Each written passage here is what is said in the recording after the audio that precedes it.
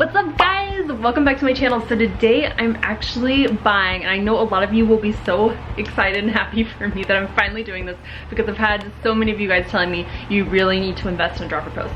And so that's what today is. I'm finally buying a dropper post on my giant stance 2 to put on there. And so when I bought this bike, I bought finally a full suspension and just having a bike that I can make upgrades to as I go along.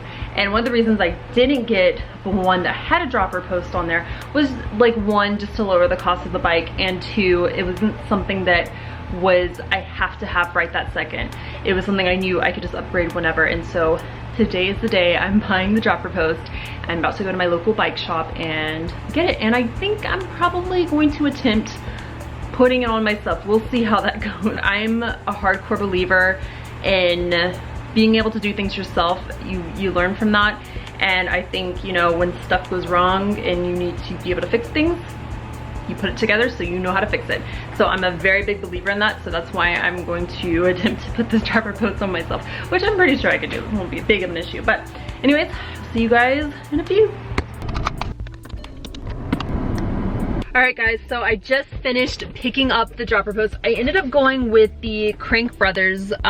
One of the guys in the bike shop said that he actually had this one on his bike and he really recommended it. I'll give a full detailed specs and all that fun stuff in a few, but just wanted to show you that this is the one I went with. If you guys have watched my previous video, I now understand the importance of a dropper post. It is amazing. I took my bike out yesterday and was riding with it, and I do a lot of downhill trails, and then some of them will just like spike up, and it's always been such a pain because my seat will be dropped down all the way, and then I just have to pedal on up with my seat down all the way because I don't want to get off my bike, change, you know, raise the post and everything, and it's annoying. So yesterday it was just so nice because I was able to like just pop it up really quickly, and it really just helps you just power right on up. So can't say enough amazing things. I ended up going with the Crankbrothers Kronolog, and I really like it so far. One of the best things, it's such a minor thing, but I really like that it came with a sleeve on here because I ride a lot of wet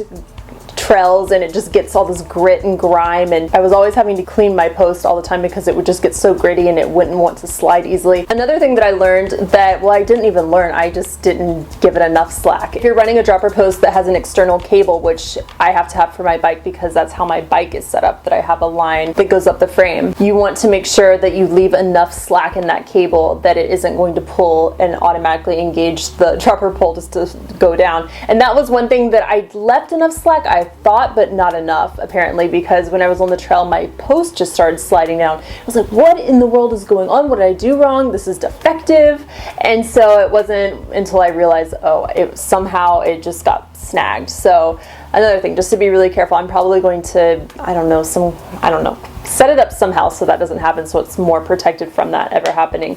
I don't know how it happened, but it happened. Anyways, if you guys have any other suggestions on what I should upgrade next, the one thing I was thinking about upgrading was my suspension, but I have enough travel. The problem is my suspension, my rear suspension, I can't lock it out, and that's one thing that I really wish I could, because a lot of these climbs that I do, that's where everything I'm exerting is that back shock is just really pulling me down with it engaged all the time. And my front shock, I really don't feel like it hinders me in any way, but that rear shock always gets me. I'm like, I really wish I could just lock it out, but I can't. So I don't know, that's probably going to be something later down the road that I'll do. But if you guys have any other suggestions at all with upgrades that I should make, leave me a comment down below. I will see you guys in my next video. Don't forget to like, share, and subscribe, and bye!